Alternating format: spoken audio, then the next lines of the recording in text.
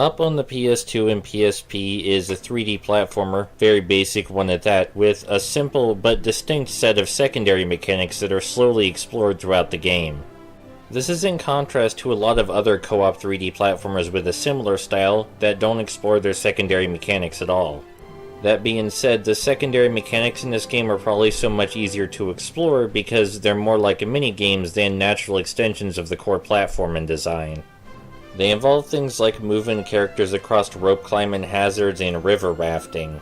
The important thing is that each time these secondary mechanics reappear, they add more to the challenge. It's like having a bunch of different small mini-games that slowly increase in difficulty as you move up a difficulty slider, but in Up's case the difficulty slider is just the game progression.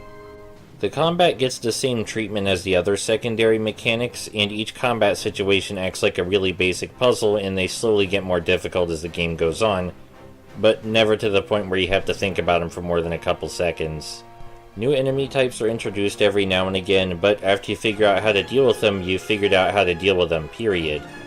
The enemy types don't get mixed together or anything. The enemy types aren't even explored. It's the combat itself that's explored because it meshes well with the platform and hazards.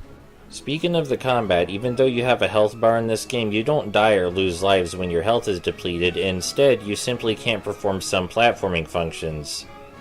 It's a little clever. It's a different way to do health, but at the same time it goes mostly unused because the health pickups are so frequent.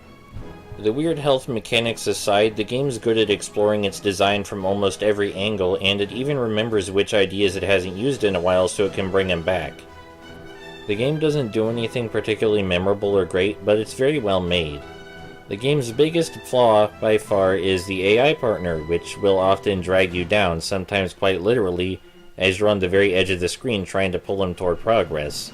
The AI is incredibly inconsistent with what hazards it can and cannot cross on its own, which only adds to the frustration. If you were to play the game with a human partner, I imagine it wouldn't be so bad, but as I played it, I got intensely angry at least 3 times because of the AI's stupidity. This is weird in an otherwise innocuous 3D platformer that's fun to just relax with.